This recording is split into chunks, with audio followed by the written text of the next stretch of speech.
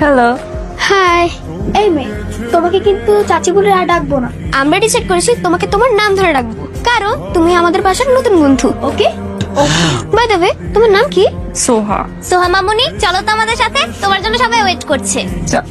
চলো। এটা কি খাওয়ায় না? এখানে তো সবার সামনে রুমে আসো। যাও